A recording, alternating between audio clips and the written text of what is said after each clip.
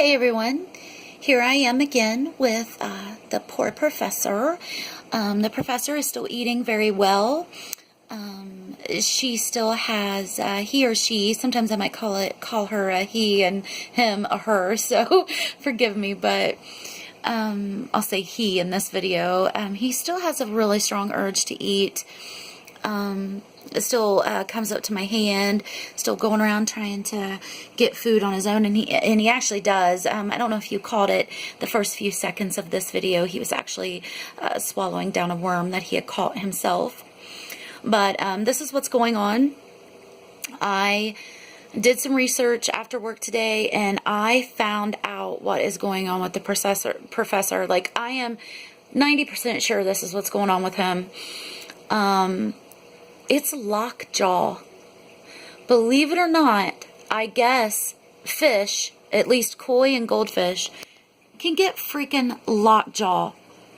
What it's from is it's from this strain of bacteria that pretty much just waits for any opportunity. If it's a weakened, see, he just got a worm right there. Good job, buddy. Good job. He's opening his mouth a little bit right now the last few minutes. I haven't seen that in several days or a few days. But it's this strain of bacteria that kind of waits for us and even fish to get like any kind of little wound. And if you have a compromised immune system or a weak immune system, you are more likely to come down with something like lockjaw. That's it, buddy. Open up your mouth. There you go. It is curable if you catch it fast. And I do think that I've caught this pretty fast. I mean, I hope so. God, love it. I love the professor. That's it. Yeah, there you go. Suck it down. So it is lockjaw. Like, he has all the symptoms of it. It says that it starts in humans, and goldfish, it starts in like the facial type muscles, like the jaw, the cheeks, and stuff like that, and muscles like that. And that's definitely what's going on with the professor. And it's like he can't open his mouth. I mean, if it was that his gills were red, but he was like able to like grab food and his mouth was open all the time whenever he was breathing in the water and stuff, then I would think it's gill disease or gill flukes. But I'm starting to lean more towards the lockjaw because it's kind of like he cannot open his mouth and his jaws are never moving. Like, he's never... Like, not the last few days, just now he started to kind of open his mouth a little bit. Hopefully he's getting better. But anyway, what I think has happened to the professor is where he has swim bladder issues. This swim bladder issues can be caused by constipation. He's always been one of my more floaty fish. Like, he's a little bit susceptible to it. And I think that maybe when he was constipated, he kind of hurt and wounded like his intestines. It was actually saying this on a website specifically talking about goldfish and koi having lockjaw, that whenever they get constipated, if their intestines get a little bit weak or stressed out from that, or any part of the fish, you know, it has a wound on it or something, becomes really stressed and just, yeah. That's what can happen. That's those type things when that bacteria, that certain strand of bacteria is like, yes, I can get a hold. And the first symptoms are like locked jaw in humans and fish. So I actually think this is what the professor has. So after that, I did even more research, treatment and such. And they did say one of the first things I seen was saying that I'm going to have to hand feed him. And I was like, well, okay, like I already been doing that, so that's good. That you're probably going to have to hand feed your fish, and definitely need some antibiotics, and I'll mention that here in a minute. We'll talk about that here in a minute. But they said, they were actually saying, I read somewhere that they were saying to lower the water to like 64 degrees Fahrenheit. And so I replaced the water in here with some colder water, and so he could have some fresh water today anyway. Dechlorinated it and all that, added more salt. So they said lowering the temperature to 64 degrees Fahrenheit and adding some sea salt and garlic and sea salt remedy. They're wanting to sell it online. It was like $20 or $21. I ain't gonna pay that. I can't. I'm broke now. I can't spend that. I can't spend $20 on fish medicine right now. I can't. So I kept searching again, and that's garlic in there. I did have a bulb of garlic left, and I chopped it up and put it all in there. And I even held the professor out of the water a couple hours ago and actually fed him a good piece of garlic. So he did ingest some garlic and some gel food and some bloodworms too. So he's eating good. But anyway, what was I going to say? Oh, the medicines. Okay, so as far as the antibiotics, as I kept researching the treatments that you can use with tetanus, actually, because I wasn't finding much more information on Goldfish with Lockjaw, like any site that anybody was asking about it or talking about it, there really wasn't no conclusive answers or advice other than about the garlic, the salt, and the temperature. There wasn't no certain medicines mentioned or anything. So I actually went underneath on Google, like when people get tetanus. Because tetanus is what? Tetanus is the disease or the virus or the bacteria. It's like kind of all those things that causes lockjaw. It's called tetanus. So I went online and found information about when people have tetanus and lockjaw. And I found out the antibiotics that they prescribe people, and surprisingly, it's stuff that's available for fish too, and surprisingly, it's antibiotics that I have on hand right now. So the top antibiotic that I have on hand that they recommend for lockjaw is, oh God, what's it called? Metrozydol. It starts with, it's METRO. TRONIDOLE, something like that. You guys may know what it is. Anyway, it's kind of like one of the main ingredients, or it is the main ingredient in General Cure, API General Cure fish medicine. So I was like, yes, when they were saying like that they actually give it to humans, they actually give that antibiotic, Metro something, to humans to cure lockjaw, and I actually have that on hand right now. So I was like, yes. There's a couple other antibiotics that can also treat lockjaw in humans and fish, I'm hoping, but they're not as effective as the Metro hydrocol or whatever it's called, the Metro stuff. So tonight I had already added some tetracycline. I think I actually can pronounce that word better. That's a suggested medicine for lockjaw is tetracycline, and I had some of it.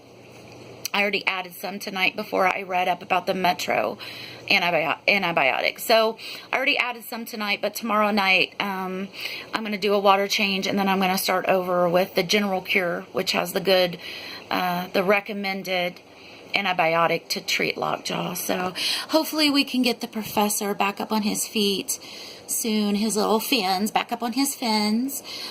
He's still acting pretty normal. This is just the way the professor has always acted.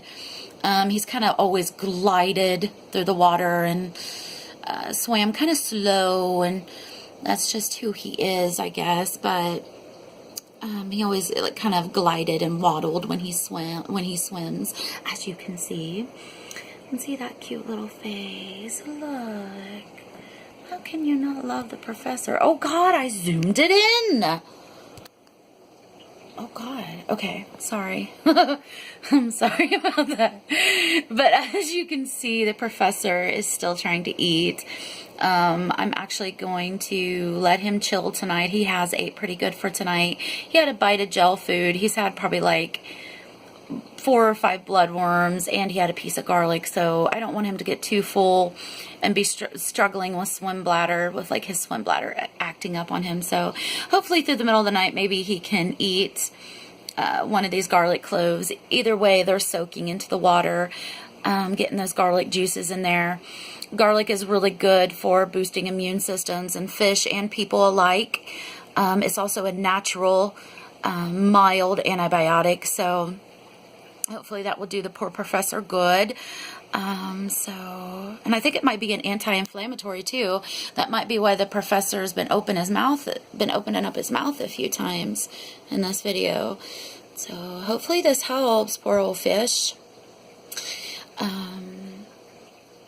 But yeah, so I might drop like 2 more bloodworms down there so he can munch on that. I just want to make sure he has lots of protein and vitamins in him to help him beat this. It's like what I said, I'm 90% sure that it is tetanus, which is lockjaw. And so I do have the medicine to treat him for that. You guys just say some prayers for him. Send out some love. And, you know, if Professor doesn't make it, I'm going to try my best. I did order some clove oil. It should be in within the next week. If something ever happens to one of my fish, and I've tried everything. I've treated them. I've done everything that I know to do, and they're just suffering day by day. I will have that clove oil on hand to gently, humanely relieve them of their earthly pain. So, yeah, he's actually opening up his mouth a little bit more just within the last few minutes. That's great. Yeah, there you go. Yeah, oh, baby. That's it. But they did say tetanus like does kind of like spasms. And that's kind of what he's doing. He's like flickering his mouth really fast, like a spasm. But I don't know unless he's starting to feel like he can move it again or something. And he's like testing it out. Oh, God, baby, please. Oh, and then earlier, just a quick note too, earlier before I read all of this, I just got home. I hadn't been home maybe 15, 20 minutes. I actually had him a little bit out of the water in my hand. This is one of the only times I've ever done this to my goldfish. I don't like to touch them. I don't want to mess with their slime coat. But in circumstances like this, it's kind of needed. I kind of had him a little bit out of the water, and I was looking down his throat. I had him over there underneath the light, and I turned the aquarium light over there really bright. And I did take him over there for a little bit while I was changing the water over here. But I had him underneath the light over there. And I actually was looking down his throat because I was thinking, what if he did swallow something and that's what's going on? I didn't see anything. The only thing I did see is his mouth and his throat is all like swollen up looking. It's not red or anything. It's the color of his body. It's like white, kind of white in his mouth. But it's like there's like I can't see his throat. Like, it's hard to explain. When these guys are looking at me and opening their mouth real big, I can kind of see down their throat a little bit. The professors look like all crammed up with just this tiny pinhole right in the center of the back of his throat, which obviously, I guess, leads down to his belly. You know, so something's going on with Professor, and I do think it's Lockjaw.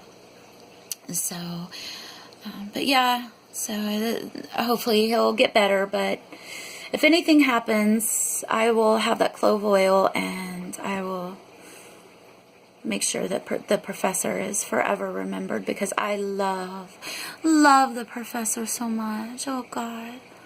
Professor Lola. Yeah. Hi. Hi.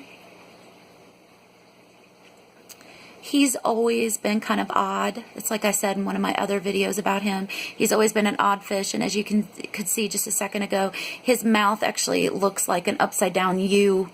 It's more pronounced than it is in the other goldfish. It's like, just looks different. So I don't know if that's playing into his troubles or not. But I guess we'll find out, so... Thanks for watching, everyone, and I hope you have a really good night. Keep Professor in your hearts. Good night, everybody. Bye.